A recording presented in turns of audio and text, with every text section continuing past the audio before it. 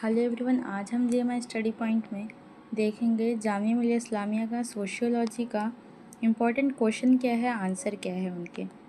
तो वीडियो को स्टार्ट करते हैं। पहला क्वेश्चन है, संस्कृति को परिभाषित करना, भारतीय संस्कृति की विशेषताओं की विवेचना करना। ये टॉपिक जो है सोशियोलॉजी के सेकंड बुक में इम्पॉर्टेंट है कि संस्कृति क्या है। सोशियोलॉजी का मतलब ही यही होता है कि समाज में रहने वाली संस्कृति, इसलिए तो ये समाज शास्त्र कहलाता है। समाज के बारे में पढ़ते हैं क्योंकि हम इस सब्जेक्ट में संस्कृति को परिभाषित कीजिए, भारतीय संस्कृति की विशेषताओं की विवेचना करें। संस्कृति की परिभाषा जो है, संस्कृति एक समाज के लोगों के जीवन के जीने का तरीका होता है। हम जो अपनी सोसाइटी में जिस तरीके से रहन सहन जो होता है, हमारे जो विचार होते हैं, पहनावा होता है, भाषा होती है, उसी को संस्कृति कहते हैं। सबके धर्म जो होते हैं, उनके खाने का तरीका, बोलने का पहनावा, उनके रीति रिवाज, जो समाज में सोसाइटी में तरह तरह के लोग रहते हैं, उन्हीं को कहते हैं कि ये अलग संस्कृति का है, ये हमारी संस्कृति है। वो जैसे ये हिंदू संस्कृति है, ये मुस्लिम संस्कृति है। तो धर्म से, उनके रहने से, उनके तौर तरीक़ों से पता चलता है कि किस संस्कृति के लोग हैं। तो संस्कृति का मतलब यही होता है, संस्कृति की पहचान ही इस तरह से होती है। दूसरा है, भारतीय संस्कृति की विशेषता ये है कि भारतीय संस्कृति दुनिया की सबसे पुरानी और समृद्ध संस्कृतियों में से एक है। इसकी कई अनोखी विशेषताएं हैं जो इसे दूसरों से अलग बनाती है।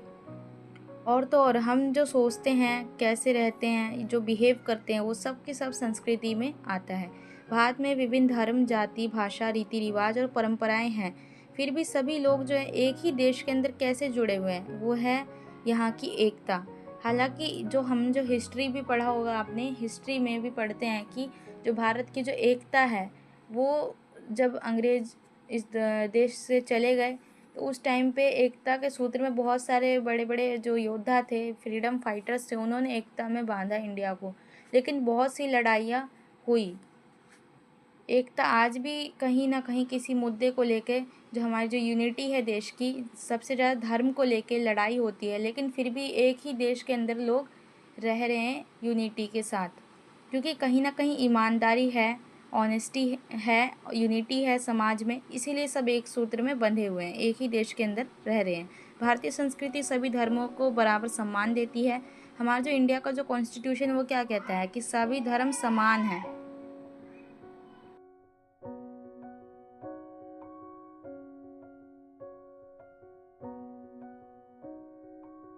जो अब नेक्स्ट है, भारत में संयुक्त परिवार, सब परिवार जो है साथ में रहते हैं, ज़्यादातर दादा दादी, माता पिता, बच्चे।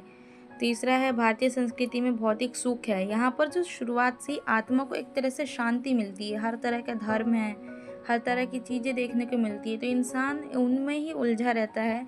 देश की जो ब्यूटी है, यहाँ की जो कलाएँ हैं, मूर्ति कला है, वास्तुकला है, हर देश में, हर राज्य में अलग होती है, लेकिन हमारे इंडिया की जो बात है वो अलग ही है, क्योंकि यहाँ पर हर तरह की अनोखी अनोखी चीज़ें देखने को मिलती है, हर कास्ट में, हर रिलीजन में और हर तरह के सोसाइटी के लोगों में।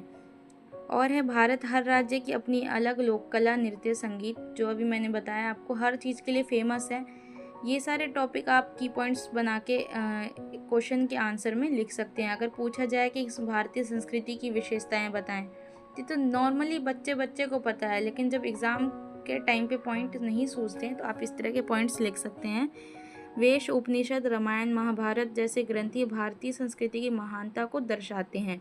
भारत में 22 से ज़्यादा भाषाएं, अब तो बहुत सारी लैंग्वेजेस हैं, लेकिन 22 जो हैं उन्हें मान्यता दी गई है स्टार्टिंग से ही कॉन्स्टिट्यूशन में।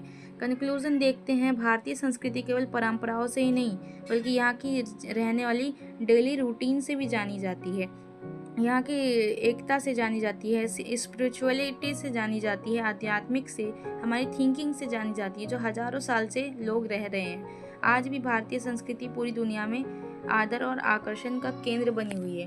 भारतीय समाज के अध्ययन के लिए मार्क्सवादी परिप्रेक्ष्य की प्रासंगिकता की आलोचना करें। कह रहा है कि भारत जो सोसाइटी है, भारत का सोशल समाज है यहाँ का, उसके बारे में बताइए कि मार्क्सवाद क्या कहता है, मार्क्सवादी थ्योरी क्या कहती है इसके बारे में। इसका इंट्रो है, मार्क्सवादी थ्योरी जो है पर्सपेक्टिव जो है उनका समाज का अध्ययन करना, आर्थिक आधार और वर्ग के बीच संघर्ष का नज़रिया कहता है उनका। नेक्स्ट देखते हैं, इस विचारधारा के अकॉर्डिंग समाज की संरचना और बदलाव आर्थिक ढांचे से तय होती है। उत्पादन के साधन जैसे जमीन, फैक्ट्री, मशीन किसके पास है, उसी पर समाज में शक्ति और स्थिति निर्भर करती है। यानी अमीर और गरीब, ये दो ही मुद्दे दिखते हैं समाज के। अगर हम बात करें कि जहाँ अमीर हैं तो वो कहीं ना कहीं डेवलप हैं, लेकिन जो गरीब है वो उतनी नीड्स को पूरा नहीं कर पाते हैं। आज भी हमारे इंडिया में बहुत इतनी गरीबी है जो हम तो फिर भी मिडिल क्लास जो फैमिली अपना डेली लाइफ जी रही है, लेकिन जो उनसे भी नीचे जो आते हैं, लोअर कास्ट में जो आते हैं, लो फैमिली जो आती है, गरीब जो लोग हैं, पॉवर्टी है, जैसे इंडिया में मुंबई का धारावी और बहुत सारे जगह आप देख सकते हैं जहाँ गरीबी पाई जाती है। तो इसको लेकर सोसाइटी में एक संघर्ष चलता रहता है हमेशा। मार्क्सवादी थ्योरी कहती है कि आर्थिक आधार यानी कि इकोनॉमिक बेस बताती है, क्लासेस का स्ट्रगल बताती है कि अमीर गरीब के बीच जो टकराव मौजूद है, शोषण यानी एक्सप्लॉयटेशन जो हो रहा है हमारे समाज में, अमीर गरीब का शोषण कर रहा है, गरीब और उससे भी नीचे गरीबों का शोषण कर रहा है। लेकिन एक चीज़ है, जो गरीब जो सुखी जीवन जीता है अपनी मेहनत की कमाई से, वो चीज़ अमीर लोग आज के ज़माने में कहीं ना कहीं नहीं है उनके पास। कितनी भी बड़ी उस पे पोजीशन पे पहुंच, हेल्थ को लेके भी वो अपने परेशान रहते। कितना भी अमीर क्यों ना हो कोई आदमी, जब तक उसके पास हेल्थ नहीं है तो फिर वो उस वेल्थ का भी कोई मतलब नहीं है। परिवर्तन का कारण आर्थिक हितों का टकराव समाज में बदलाव लाता है। भारतीय समाज पर मार्क्सवादी थ्योरी, दृष्टिकोण, नज़रिया, इसके की पॉइंट्स ये है कि जाति और वर्ग का संबंध क्या है, भूमि व्यवस्था क्या है यहाँ की, सामंती व्यवस्था में जमींदार और किसान के बीच शोषण का रिश्ता रहता है हमेशा, यानी फ्यूडलिज्म में जो जमींदार हैं और जो किसान है, फार्मर्स है, उनके बीच हमेशा चलता रहता है जो शोषण है। जमींदार जमीन पर मालिकाना हक रखने वालों ने किसानों से लगान और मुफ्त श्रम वसूलना अभी तक ख़त्म नहीं किया। आज भी ये चीज़ें मौजूद है हमारे सोसाइटी में। औद्योगिकीकरण और मजबूर वर्ग, यानी कि जो हमारा इंडस्ट्रियलाइजेशन है, जब से इंडस्ट्रियलाइजेशन आया है और मशीन न्यू आ गई, अब मॉडर्न टाइम में तो देखिए कि जो छोटे छोटे जो वर्ग हैं, लेबर्स हैं, उनका वर्क एक तरह से ख़त्म होता जा रहा है। तो ये भी एक बहुत कमी है हमारे इसमें भारत में, जो मार्क्सवादी थ्योरी कहती है अपने अकॉर्डिंग कि ये भी कमी कही जा सकती है समाज के अंदर।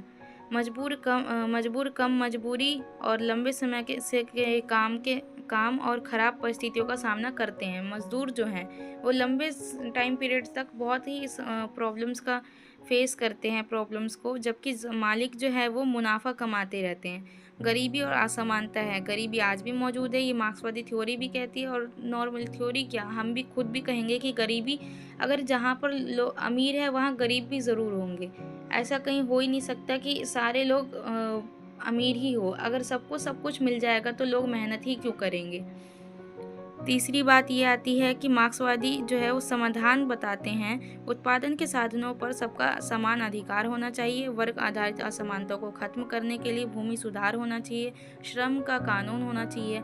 ये बात तो सही है, श्रम का कानून आज इंडिया में है, ऐसा नहीं। इंडिया का जो कॉन्स्टिट्यूशन है वो हर एक मुद्दे पर बना हुआ है, उसमें समय समय पर चेंजेस भी होते रहते हैं। जैसे जैसे हमारा समाज जो है मॉडर्न बनता जा रहा है, उसी तरह से समाजवादी नीतियाँ अपनाई जानी चाहिए। जाति और वर्ग दोनों के आधार पर होने वाले शोषण को ख़त्म करना चाहिए।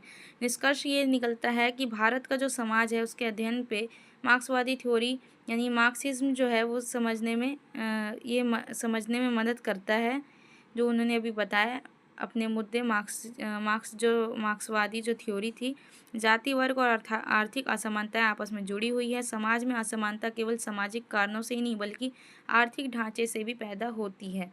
जब तक आर्थिक और सामाजिक दोनों स्तरों पर समानता नहीं होगी तब तक सच्चा और सामाजिक न्याय संभव नहीं है, पॉसिबल ही नहीं है। जब तक दोनों चीज़ अगर बैलेंस करके नहीं चलेगा समाज में तो कोई भी चीज़ पॉसिबल नहीं है। तो ये है आपका सोशियोलॉजी का इम्पोर्टेंट 2 क्वेश्चन थे, संस्कृति क्या है और दूसरा है आपका भारत संस्कृति को लेके मार्क्सवादी थ्योरी क्या है। नेक्स्ट हम बाकी के इम्पोर्टेंट क्वेश्चंस पढ़ेंगे आपके BSO 3 के भी हम जानेंगे। आई होप कि ये वीडियो आपको हेल्पफुल रही हो। Thank you.